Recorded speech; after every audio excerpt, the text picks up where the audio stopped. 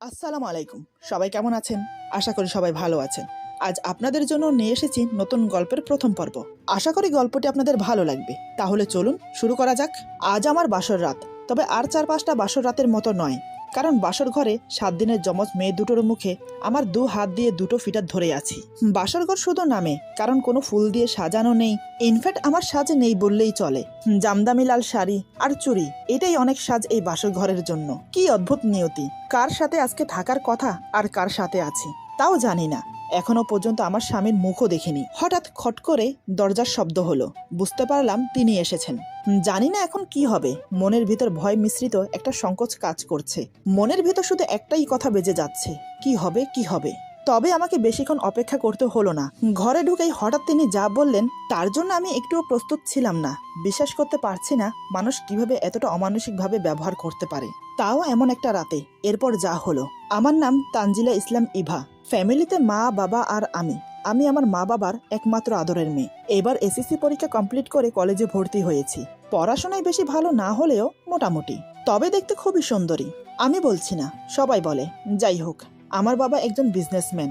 নাম মোহাম্মদ উসমান হাসান। নম্র, ভদ্র, একজন বিশাল মনের মানুষ। যখন আমি যা চেয়েছি তাই দিয়েছে আমার বাবা। কখনো কোনো কিছুতে আপত্তি করেনি। তেমনি মাও আমাকে খুব ভালোবাসেন, সবকিছুতে আমাকে সাপোর্ট করেন। বলতে গেলে আমাদের হ্যাপি ফ্যামিলি। এভাবে বেশ ভালোই দিন যাচ্ছিল। কিন্তু ভালো দিন বেশি দিন থাকে না। কোনো কোনো কারণে মানুষের জীবনে ঝড় নেমে আসে। তাই হলো আমার জীবনে। এমন ঝড় নেমেছে যেন আমি চারিদিকে অন্ধকারে দেখছি। কোনো কুলকিনারা খুঁজে পাচ্ছি না আঁকড়ে ধরে বাঁচার জন্য। তাই মনটাকে ফ্রেশ করার জন্য কয়েকদিনের জন্য খালার বাড়িতে বেড়াতে চলে গেলাম। সেখানে খালা, খালু আর খালাতো বোন মীরা আছে। আমার খালাতো বোন আমার 1 বছরের ছোট। কিন্তু সেখানে গিয়ে বাঁধলো আরেক বিপত্তি। আমার খালাতো বোনের বিয়ে ঠিক হয়ে গেছে। কিন্তু আমার খালাতো বোন বিয়ের কথা শুনেই যাকে সে ভালোবাসে তার হাত ধরে পালিয়ে গেল। আমি জানতাম সে একটা ছেলেকে ভালোবাসে, তবে কোনোদিন দেখিনি। কিন্তু এভাবে পালিয়ে যাবে সেটাও ভাবতে পারিনি। তবে যেদিন পালিয়ে গিয়েছিল সেদিন আমি আড়ালে থেকে ছেলেটাকে দেখেছি। তাকে দেখার সাথে সাথে আমার মাথায় যেন বজ্রপাত হলো। নিজের চোখকে বিশ্বাস করাতে পারছি না। এত বড় বেইমানি, এত বড় ধোঁকা আমার সাথে। আসল কথা হলো, যার সাথে সে পালিয়ে গেছে তাকে আমি খুব ভালো করেই চিনি। কিন্তু কে আমার সাথে বেইমানি করলো? আমার খালাতো বোন নাকি সে? ব্যাপারটা আমার খুব খারাপ লাগলো। এখানে এসেছি একটু মানসিক শান্তি পাওয়ার জন্য, কিন্তু যা দেখলাম তা দেখে মন মানসিকতা আরো খারাপ হয়ে গেল। তখন আমি খুব মানসিকভাবে ভুগছি। মন মানসিকতা কিছুই ঠিক নেই। এমন পরিস্থিতিতে আমি আর বাসায়ও যেতে পারছি না, কারণ খালাতো বোন চলে যাওয়াতে খালা খালু একা হয়ে গেছে। তাদেরও মন মানসিকতা খুবই খারাপ। তাদের একমাত্র মেয়ে যে তাদের মান সম্মান এভাবে ডুবাবে, এটা তারা কখনোই ভাবতে পারেনি। এমন অবস্থায় তাদের পাশে কেউ থাকা খুবই প্রয়োজন। তাই আমি খালার বাসায় থেকে গেলাম। এভাবে বেশ কিছুদিন কেটে গেল। হঠাৎ একদিন একজন ভদ্র মহিলা খালার বাসায় আসলেন। চেহারায় ক্লান্তি আর চিন্তার ছাপ ফুটে উঠেছে। এমন মনে হচ্ছে তিনি খুব দুশ্চিন্তায় ভুগছেন। খালার থেকে জানতে পারলাম তিনি খালার দুঃসম্পর্কের ননদ লাগে। আমি ভেতরে চলে গেলাম ওনার জন্য চা নাস্তা নিয়ে আসতে। এদিকে ওনারা দুজন গল্প করতে লাগলো। আমি নাস্তা নিয়ে এসে ওনাদের হাতে হাতে দিতে লাগলাম। কিন্তু আমি কান খাড়া করে মহিলাটির কথা শুনতে লাগলাম। মহিলাটি তার দুশ্চিন্তার কথা আমার খালাকে বলল। ওনার কথা শুনে আমার খালার মন খারাপ হয়ে গেল। খালা বলে, কিন্তু এখন হঠাৎ এমন মেয়ে কোথায় পাওয়া যাবে? কোনো মেয়ে রাজি হবে না। ওনাদের কথা শুনে কেন জানি না আমার কি হয়ে গেল। হঠাৎ আমি বললাম, খালা আমি রাজি আছি। আমার কথা শুনে সবাই কেমন যেন হকচকিয়ে গেল। আমার খালা খুবই আপত্তি করলো। শেষমেশ আমাকে টলাতে না পেরে মা বাবাকে ফোন দিল। মা বাবা তড়িঘড়ি করে ছুটে এলো খালার বাড়িতে। সব কথা শুনে তারা তো রেগে মেগে আগুন। কিন্তু আমার জেদের কাছে তারা অবশেষে হার মানলো। আমার এই একটা সিদ্ধান্তে মা বাবার মন ভেঙে দিল। তারা খুব কষ্ট পেল। তারা এটা বুঝতে পারছে না আমি এমন একটা বিয়ে কেন করছি। আমি তো এর থেকেও ভালো কিছু ডিজার্ভ করি। এমন একটা ছেলেকে বিয়ে করছি যে কিনা আমার যোগ্যই না। এমনকি আমি ছেলেকে দেখতেও চাইনি। জেদ জিনিসটা খুবই খারাপ। একবার মাথায় জেদ উঠে গেলে মানুষ তখন কি করে সেটা সে নিজেও জানে না। আমার ক্ষেত্রেও তাই হলো। সবার অমতে গিয়ে আমি এই বিয়েটা করছি। কোনো ধুমধাম আত্মীয় স্বজন ছাড়াই এই বিয়েটা হচ্ছে। রাতে ছেলে আসলো, তারপর কাজে ডেকে বিয়ে পড়ানো হলো। এমন বিয়ে কোনো মা বাবাই তার ছেলে মেয়েদের করাতে চায় না, কিন্তু আমার মা বাবা করতে বাধ্য হলো, শুধু আমার মুখের দিকে তাকিয়ে। আসলে বিয়েটা একদিনের মধ্যে হয়ে গিয়েছিল, তাই কিছু করার সম্ভবও হয়নি। একসময় মা বাবা থেকে বিদায় নিয়ে শ্বশুর বাড়ি চলে এলাম। আজ আমার বাসর রাত। তবে আর 4-5টা বাসর রাতের মতো নয়, কারণ বাসর ঘরের 7 দিনের যমজ মেয়ে দুটোর মুখে আমার 2 হাত দিয়ে দুটো ফিটার ধরে আছি। বাসর ঘর শুধু নামে, কারণ কোনো ফুল দিয়ে সাজানো নেই। ইনফ্যাক্ট আমার সাজ নেই বললেই চলে। জামদামি লাল শাড়ি আর চুড়ি, এটাই অনেক সাজ এই বাসর ঘরের জন্য। কি অদ্ভুত নিয়তি, কার সাথে আজকে থাকার কথা আর কার সাথে আছি তাও জানি না। এখনো পর্যন্ত আমার স্বামীর মুখও দেখিনি, তবে একজন আমার লাইফ থেকে চলে গিয়ে ভালোই করেছে। তাই আমি আজ দুটো কিউট বেবি পেয়েছি। আমার মা এখনো পর্যন্ত আমাকে ভাত খাইয়ে দেয়, আর আমি কিনা দুটো বাচ্চা সামলাবো, ভাবতেই হাসি পাচ্ছে, আবার মন খারাপও হচ্ছে। কারণ জেদ করে মস্ত বড় লড়াইয়ে নেমেছি, জানি না কতটা সফল হতে পারবো। ও আপনাদেরকে তো বলাই হয়নি, আমার স্বামীর নাম মোহাম্মদ আফরান ইসলাম ফাহিম। তিনি একজন বিজনেসম্যান। ওনারা 2 ভাই, উনি সবার বড়। ছোট ভাই লন্ডনে থেকে পড়াশোনা করছে। শ্বশুর অনেক আগেই মারা গেছে, কিন্তু মা এখনো বেঁচে আছে। আমার স্বামী আগে একটা বিয়ে করেছিল, তার প্রথম স্ত্রী মারা গেছে এই 7 দিনের যমজ বাচ্চা দুটো রেখে। কিভাবে কি হয়েছে আমি সেসব কিছুই জানি না, জানারও কোনো ইচ্ছে ছিল না। সত্যি বলতে আমি এই বাচ্চা দুটোর কথা শুনেই এই বিয়েতে রাজি হয়েছি। তবে তার পিছনে আরো একটা কারণ ছিল, সেটা না হয় ক্রমশ প্রকাশ্য। বাচ্চা দুটোর মুখে ফিটার ধরে নানান কথা ভাবতে লাগলাম। হঠাৎ কেউ পেছন থেকে মেহেলি কণ্ঠে বলে, ইভা তোমার সারাদিন অনেক কষ্ট হয়েছে, এখন আমি বাচ্চাদের নিয়ে যাই। আমার শাশুড়ি মায়ের কথা শুনে নিজের ভাবনা থেকে বেরিয়ে চোখের পানি মুছে বললাম, না আন্টি, ওরা আমার কাছে থাকবে, আমার কোনো অসুবিধা হবে না। শাশুড়ি মা বলে, কালকে না হয় তোমার কাছে থাকবে, আর তুমি আমাকে আন্টি বলবে না, মা বলবে। আমি বললাম, আচ্ছা, কিন্তু ওরা আমার কাছে থাকবে। মা বলে, খুব জেদি মেয়ে তো তুমি, আমার ছেলেটাকেও তোমার জিদ দিয়ে নিজের করে নিও। আমি বললাম, মা বলে, তোমার খাবারটা রেখে যাচ্ছি, খেয়ে নিও। আমি বললাম, আপনি কি খেয়েছেন? মা বলে, না, এখন খাবো। আর হ্যাঁ, যত রাত হোক, ওদের সামলাতে তোমার কষ্ট হলে আমাকে ডাকতে ভুলবে না। আমি বললাম, আচ্ছা ঠিক আছে। শাশুড়ি এই কথা বলে চলে গেল। যাওয়ার সময় অবশ্যই দরজা লাগিয়ে দিয়ে গিয়েছিল। শাশুড়ি মা চলে যাওয়ার পর আমি বাচ্চাদের ঠিকমতো শুইয়ে দেই। হঠাৎ দরজায় খুট করে একটা শব্দ হলো, বুঝতে পারলাম তিনি এসেছেন। মনের ভিতর ভয় মিশ্রিত একটা সংকোচ কাজ করছে, কেমন যেন একটা অনুভূতি ছেয়ে যাচ্ছে পুরো শরীর জুড়ে। বাসর রাতে সম্পূর্ণ একটা অচেনা মানুষের সাথে থাকতে হবে ভেবেই যেন আত্মারাম কেঁপে উঠছে। মনের ভিতর শুধু একটা কথাই বেজে যাচ্ছে, কি হবে কি হবে। মনে মনে ভেবে নিলাম, ভয় পেলে চলবে না, প্রতিটা কথার যথাযথ উত্তর দিতে হবে, তাহলে আমি টিকতে পারবো। তাই মনে মনে সাহস জোগাতে লাগলাম। ফাহিম দরজার কাছে কিছুক্ষণ দাঁড়িয়ে ধুম করে দরজা লাগিয়ে দেয়। আমি বিছানা থেকে নেমে দাঁড়িয়ে বললাম, বাচ্চারা ঘুমোচ্ছে, তাই আস্তে শব্দ করবেন। ফাহিম রাগের সাথে বলে, তোমার থেকে এখন আমার জ্ঞান নিতে হবে, কি করব না করব? আমি বললাম, ভুল কাজ করলে অবশ্যই সঠিক পথ দেখাবো। ফাহিম বলে, এই শোনো, আমার থেকে স্বামীর অধিকার আশা করো না, ভেবো না তোমার সুন্দর মুখ দেখে আমার। ওর মুখ থেকে কথা ছিনিয়ে আমি বললাম, আমার ভালোবাসার মানুষের জায়গা তোমাকে দিতে পারবো না, কোনোদিন ভালোবাসা পাবার আশা করো না, ব্যাস, আর সিনেমার ডায়লগ দিতে হবে না। ফাহিম বলে, তুমি তো বড্ড বাচাল। আমি বললাম, আপনি যা বলতে চেয়েছেন তা আমি বলে দিলাম, যাতে আপনার কষ্ট কম হয়। ফাহিম বলে, ধ্যাত, সামনে থেকে সরো, আমি ঘুমাবো। আমি বললাম, বিছানায় আপনার জায়গা হবে না, নিচে ঘুমান। ফাহিম বলে, আজকে আমার বাসায় তোমার প্রথম দিন বলে কিছু বললাম না, তা না হলে তোমাকে বুঝিয়ে দিতাম আমার সাথে মুখে মুখে তকরা করার ফল কি হয়। বুঝতে পারলাম আমি কথা বললে কথা বাড়বে, তাই চুপ করে রইলাম। আমার স্বামী নিজেই নিচে বিছানা করে শুয়ে পড়ে। আমি খাটের এক কোণে বসে আছি, চোখ গেল শাশুড়িমা খাবার রেখে গিয়েছে সেদিকে। এদিকে আমার খুব খিদে লেগেছে, কিন্তু উনি বোধ হয় খায়নি, এটা ভেবে খুব খারাপ লাগলো। যতই উনি আমাকে স্ত্রী হিসেবে গ্রহণ না করুক, কিন্তু আমি ওনার স্ত্রী, ওনাকে না খাইয়ে নিজে কিভাবে খাই? তাই খাবারের প্লেট নিয়ে ওনার সামনে বসে আঙ্গুল দিয়ে হাতে খোঁচা মেরে বললাম, এই যে শুনেন, একটু উঠে বসুন। আমার কাণ্ড দেখে ফাহিম আরো রেগে যায়। ফাহিম বলে, মহা জ্বালা তো। আমি বললাম, কিছু খেয়েছেন? ফাহিম বলে, না, খাবো না। আমি বললাম, খাবো না বললেই তো হবে না, খেয়ে নিন। ফাহিম বলে, বলছি তো খাবো।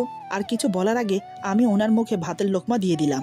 আমি বললাম, আর একটাও কথা বলবেন না, চুপচাপ খেয়ে নিন। ফাহিম আর একটা কথাও বলল না, বাধ্য ছেলের মতো খেয়ে নিল। পেটে খিদে, তাই রাগটা কাজে লাগাতে পারিনি। আমিও একটু খেয়ে বিছানায় গা এলিয়ে দিলাম। উনি একটু রাগী প্রকৃতির মানুষ, কিন্তু বেশ ভালো, সেটা বুঝেছি। বউকে অনেক ভালোবাসতো, নয়তো নতুন সদ্য বিয়ে করা বউয়ের দিকে ঠিক মতো তাকালোও না। প্রথম ভালোবাসা ভোলা যায় না ঠিক, কিন্তু নতুন করে জীবন সাজিয়ে নেওয়া যায়। আর যারা বেইমানি করে তাদের কথা তো আলাদা। কেউ একজন একদিন বলেছিল আমি তার প্রথম ও শেষ ভালোবাসা, কিন্তু আজ তার বুকে অন্য কেউ। আমার কাছে সে এখন দীর্ঘশ্বাস, আর বাচ্চারা আমার নতুন জগৎ। নানান কথা ভাবতে ভাবতে ঘুমে চোখটা লেগে এসেছিল। হঠাৎ বাচ্চার কান্নার শব্দ পেয়ে তাড়াতাড়ি উঠে বসলাম। টাওয়ালের মধ্যে ফিটার মোড়ানো ছিল, সেটা বের করে বাচ্চাদের মুখে ধরি, আর এক নিমেষেই কান্না বন্ধ হয়ে গেল। ওদের খাইয়ে আমিও ঘুমিয়ে পড়লাম। সকালে আমি উঠে ফ্রেশ হয়ে নিলাম। ফ্রেশ হয়ে এসে দেখি উনি এখনো ঘুমোচ্ছেন। আমি এবার ওনাকে ডাক দিলাম, কিন্তু কোনো সারা শব্দ নেই। আস্তে করে ধাক্কা দেওয়ার সাথে সাথে উনি আমাকে জড়িয়ে ধরে বলে, সকালবেলা তোমার মিষ্টি ছোঁয়া না পেলে আমার ঘুম ভাঙে না। আমি বললাম, ছাড়ুন আমাকে, আপনি ভুল করছেন। ফাহিম বলে, না, তুমি আমার সাথে শুয়ে থাকবে। এই বলে আমাকে জোর করে জড়িয়ে ধরে বুকের সাথে মিশিয়ে নেয়। আমি কিছু বুঝে ওঠার আগেই টুপটুপ করে আমার মুখে কিস করতে থাকে। চুলের খোপা শক্ত করে চেপে ধরে আমার ঠোঁটে আলতো করে কিস করে। এবার আমি থাকতে না পেরে পাশে একটা পানির গ্লাস রাখা ছিল, গ্লাসের মধ্যে আঙ্গুল ডুবিয়ে উনার মুখে পানি ছিটিয়ে দিলাম। উনি লাফিয়ে উঠে বসে, তারপর আমার দিকে এক নজর তাকিয়ে ওয়াশরুমে চলে গেল। ভেবেছিলাম বকাবকি করবে আমাকে, কিন্তু না, চুপচাপ চলে গেল। বুঝতে পারলাম পুরনো অভ্যাস ছিল, তা এখনো মনে গেঁথে রয়েছে। আমিও কিছু বললাম না, কেই বা বলবো। এটা যে স্বেচ্ছায় হয়নি এটা আমি খুব ভালো করেই জানি। আমি নিচের বিছানা গুছিয়ে উপরে রেখে ঘর থেকে বের হব, এমন সময় আমার শাশুড়ি মা নিচে থেকে ডেকে বলে, ইভা, ড্রয়িং রুমে এসে দেখো, তোমার বোন এসেছে। শাশুড়ি মায়ের মুখে এমন কথা শুনে একটু অবাক হলাম। আমার বোন মানে? আমার তো একটাই বোন, সে হলো আমার খালাতো বোন। সে তো তার বয়ফ্রেন্ডের সাথে পালিয়ে গেছে। তাহলে হঠাৎ আজ এ বাড়িতে? শাশুড়ি মায়ের ডাক শুনে আমি বাচ্চাদের কোলে নিয়ে ড্রয়িং রুমে গিয়ে দেখলাম এ তো আমার প্রাক্তনের বউ। হ্যাঁ, এটাই সত্যি, আমার খালাতো বোন আমার প্রাক্তনের সাথে পালিয়ে গেছে। আমি কিছু না জানার ভাব করে ওর সামনে দাঁড়ালাম। আমাকে দেখে মীরা বলে, আপু, তুই শেষ পর্যন্ত 2 সন্তানের বাবা, তাকে বিয়ে করলি? দেশে কি ছেলের অভাব ছিল নাকি? আমি বললাম, আমি কারো সংসার ভেঙে বিয়ে করিনি। আর 2 সন্তান আছে, তাতে কি হয়েছে? কত লোক আছে সন্তানের জন্য হাহাকার করে, সেক্ষেত্রে আমার ভাগ্য অনেক ভালো। মীরা বলে, সৎ মা কখনো আপন হয় না। আমি বললাম, আমাকে নিয়ে তোকে এত ভাবতে হবে না, আমার সম্পর্ক ভেঙে গেছে, তখন আমি কিছু করতে পারিনি। তবে এখন আমার সংসারে এসে কেউ কুটকাচালি করলে সেটা আমি সহ করব না। মীরা বলে, আপু, তুই কিন্তু আমাকে অপমান করছিস। আমি বললাম, তুই আমার শ্বশুর বাড়িতে এসে আমার স্বামীকে অপমান করবি, আমার সন্তানদের অপমান করবি, তা হবে না। মীরা বলে, তুই অনেক পাল্টে গেছিস, ভেবেছিলাম তোর বাড়িতে 2 দিন থাকবো, কিন্তু তার হবে না। আমি বললাম, আমার বাড়িতে কেন থাকবি, তোর শ্বশুর বাড়িতে চলে যা। মীরা বলে, তারা আমাদের এখনো মেনে নেয়নি। 15 দিন ধরে কয়েক জায়গায় ঘুরেছি, এখন তুই আমাদের শেষ ভরসা। তুই আমাদের তোর বাড়িতে কয়েকটা দিন থাকতে দে প্লিজ। আর একটা উপকার কর, আমার মা বাবাকে বুঝিয়ে বলবি আমাদের মেনে নিতে, প্লিজ আপু, এতটুকু করে দে। আমি বললাম, তোরা বিয়ে করার সময় কি আমাকে জানিয়ে বিয়ে করেছিলি যে এখন আমাকে এসবের মধ্যে টানছিস? মীরা বলে, আপু, তুই আমাদের একমাত্র ভরসা, তোর কথা সবাই শোনে, তাই তুই আমার মা বাবার সাথে কথা বললেই তারা মেনে নেবে। প্লিজ আপু, আমাকে ফিরিয়ে দিস না। আমি কিছু বলার আগে আমার শাশুড়ি মা বাচ্চাদের জন্য ফিটার নিয়ে এসে বলে, বৌমা, ওদেরকে আমার কাছে দাও, আমি খাইয়ে দিচ্ছি। তুমি বরং গিয়ে টেবিলে নাস্তা রেডি করো, কাজের মেয়ে কয়েকদিন পরে আসবে। তাই বলছি, এ কয়দিন হাতে হাতে একটু কাজ করে দিলে ভালো হতো। আমি বললাম, আচ্ছা মা, আমার কাজ করতে কোনো সমস্যা নেই, কিন্তু একটা কথা ছিল, কি করে যে বলবো বুঝতে পারছি না। শাশুড়ি মা বলে, জানি মা, মীরা কয়েকদিনের জন্য থাকতে এসেছে। কি, তাই তো? আমি বললাম, মা বলে, সমস্যা নেই, ওরা কয়েকদিন থাকুক। শাশুড়ি মায়ের কথা শুনে মীরা বলে, আন্টি, আপনাকে অসংখ্য ধন্যবাদ। মা বলে, এখানে ধন্যবাদের কি আছে, কিন্তু তোমার স্বামী কোথায়? মীরা বলে, আপনারা থাকতে দেবেন কি না তা তো জানি না, তাই ও বাহিরে দাঁড়িয়ে আছে। মা বলে, যাও গিয়ে ডেকে নিয়ে আসো। আমি মীরার দিকে তাকিয়ে ভাবতে লাগলাম, আমার প্রাক্তনের বউ মীরা, যে কিনা আমার আপন খালাতো বোন। আমার জীবনের প্রথম ভালোবাসা ছিল নীল, যে কিনা আজ অন্যের হয়ে গেছে। নীলের সাথে ব্রেকআপ হওয়ার পর ওর সব স্মৃতি মুছে দেই যদিও, কিন্তু মন থেকে স্মৃতি মুছে দেওয়া সম্ভব না। আর কোনোদিন যেন ওর মুখ দেখতে না হয়, তাই তাড়াতাড়ি বিয়ে করে নিয়েছিলাম, কিন্তু আজ ওকে আবার দেখতে হবে, তাও ওর বউয়ের সাথে। জানি না নিজের কষ্ট কতক্ষণ চেপে রাখতে পারবো। এসব ভাবতে ভাবতে টেবিলে খাবার সাজানো হয়ে গেছে। টেবিলে খাবার সাজিয়ে মাকে ডাকতে যাব, তখনই ফাহিম এসে আমাকে বলে, বাসায় ফিরতে রাত হবে, মাকে বলে দিও। আমি বললাম, আগে খেয়ে নিন, তারপর যেখানে খুশি সেখানে যান। ফাহিম বলে, বাইরে খেয়ে নেব। আমি বললাম, চুপচাপ খেতে বসুন, নয়তো রাতের মতো জোর করে খাইয়ে দেব। ফাহিম বলে, এই মেয়ে, আমার উপর একদম স্বামীর অধিকার খাটাতে আসবে না। আমি বললাম, আমার নাম আছে ইভা, এই মেয়ে বলবেন না। আর হ্যাঁ, অধিকার কেউ কাউকে দেয় না, আদায় করে নিতে হয়। এখন চুপচাপ বসুন, খেয়ে নিন। ফাহিম বলে, তোমার সাথে কথা বলা মানে? ধুর, খেতে দাও। ফাহিম নাস্তা খাওয়ার জন্য বসে পড়ে, আমি তাকে নাস্তা বেরিয়ে দিলাম। তারপর সে চুপচাপ খেতে লাগলো। মা বাচ্চাদের খাইয়ে ঘুম পাড়িয়ে এসে আমাকে বলল, মেয়েরা এখনো আসেনি কেন, আবার চলে গেল নাকি? আমি বললাম, মা, আমি দেখে আসি, আপনি বসুন। এই বলে আমি বাসার মেন দরজার কাছে যেতেই চেনা চোখে চোখ আটকে গেল। 1 মাস পর নীলকে দেখছি। ওকে দেখে আমার বুকের ভেতরটা কষ্টে দুমড়ে মুচড়ে যাচ্ছে। মীরাকে কিছু বুঝতে দিলে চলবে না, তাই নীলের দিক থেকে চোখ সরিয়ে মীরাকে উদ্দেশ্য করে বললাম, কি রে, এখানে দাঁড়িয়ে আছিস কেন? তোরা ভিতরে আয়। এদিকে নীল আমাকে দেখে অবাক হয়ে তাকিয়ে থাকে। সে ভাবতে পারেনি আমার মুখোমুখি হবে। আসলে সে জানতোই না আমি এখানে থাকবো, এমনকি আমার এখানে বিয়ে হয়েছে। নীল অবাক হয়ে তাকিয়ে আমাকে বলে, এই ইভা, তুমি সত্যি বিয়ে করেছো? আমি তো ভাবতেই পারছি না। নীল হঠাৎ করে ওর সামনে এমন কিছু বলে ফেলবে সত্যি আমি বুঝতে পারিনি। আসলে মীরা আমার আর নীলের সম্পর্কের কথা কিছুই জানে না, আর আমিও চাই না ও জানুক। আমি কি বলবো তা বুঝে ওঠার আগেই মীরা বলে, তোরা দুজন দুজনকে আগে থেকে চিনতিস? এবার আমি ব্যাপারটাকে সামাল দেওয়ার জন্য বললাম, আরে তেমন কিছু না, কলেজে কয়েকবার দেখা হয়েছে, ব্যাস সেই থেকে পরিচয়। মীরা বলে, নীল, তুমি তো আগে কখনো বলনি ইভা আপুর সাথে তোমার পরিচয় আছে? নীল চুপ করে দাঁড়িয়ে আছে, কি বলবে ভেবে পাচ্ছে না। তাই আমি উত্তর দিলাম, আরে ও হয়তো ভুলে গেছে, তাই বলেনি। এখন আর কথা না বাড়িয়ে ভেতরে গিয়ে ফ্রেশ হয়ে খেতে আয়। ততক্ষণে ফাহিম খেয়ে দিয়ে বাহিরে চলে গেল। নীল আর মীরাকে আমার শাশুড়িমা খেতে দিল। আসলে আমি ইচ্ছে করে নীলের সামনে যেতে চাইছি না, কারণ ওকে যত দেখব তত কষ্ট বাড়বে। তবে ওদের এখানে থাকা চলবে না। নীলের সাথে কথা বলে মীরাকে নিয়ে চলে যেতে বলবো। মনে মনে এসব ভাবছি, আর বাচ্চাদের সামালতে আমার সময় যাচ্ছে। রুম থেকে আর বেরোতে হয়নি, সব কাজ শাশুড়িমা করছে। সত্যি বলতে উনি খুব ভালো, সেটা বিয়ের আগে থেকেই জেনেছি। কারণ আমার খালার ননদ হলো আমার শাশুড়িমা। খালা আমাকে বলেছে উনি খুব ভালো, ওই বাড়িতে বউ হয়ে গেলে তোর কোনো কষ্ট হবে না। দেখতে দেখতে সকাল পেরিয়ে দুপুর, দুপুর পেরিয়ে সন্ধ্যা হলো। এদিকে মাথাটা খুব ঝিমঝিম করছে, তাই চা খাওয়ার জন্য রুম থেকে বের হব। তখনই শাশুড়ি মা চা দিয়ে গেল আর বাচ্চাদের তার কাছে নিয়ে গেল। এই সুযোগে একটু ঘুমানো যাক, এই ভেবে বিছানায় শুয়েছি মাত্র। ঠিক তখনই দরজায় ঠকঠক শব্দ পেয়ে উঠে বসি। দরজার সামনে নীল দাঁড়িয়ে বলে, আসতে পারি? আমি তো দেখে অবাক, ও এখানে কেন? আমি একটু গম্ভীরভাবে বললাম, নীল, তুমি এখন আমার ভালোবাসার মানুষ না, আমার বোনের স্বামী, আর আমিও অন্যজনের স্ত্রী, তাই তোমার এখানে আসা ঠিক হয়নি। আমি পুরনো সব ভুলে আমার সংসারটাকে নতুন করে সাজাতে চাই। নীল বলে, তুমি বিশ্বাস করো, আমি তোমার শ্বশুর বাড়িতে আসতে চাইনি, মীরা জোর করে এনেছে। আর সত্যি বলতে আমি জানতামও না এটা তোমার শ্বশুর বাড়ি। আমি বললাম, মীরা আমাদের সম্পর্কের কথা কিছুই জানে না, কোনোদিন যেন জানতেও না পারে, সেদিকটা তোমার লক্ষ্য রেখে চলতে হবে। নীল বলে, আমি জানি তোমার সাথে আমি অন্যায় করেছি, আর মীরাকে কিছু না বললে সেটাও অন্যায় হবে। আমি বললাম, আগেও মীরাকে কিছু বলতে পারোনি, আর এখন বললে কি হবে? তার থেকে ভালো নতুন জীবন সুখময় করো। নীল বলে, ইভা, তুমি আমাকে ক্ষমা করে দাও, তুমি ক্ষমা না করলে যে মরেও শান্তি পাবো না।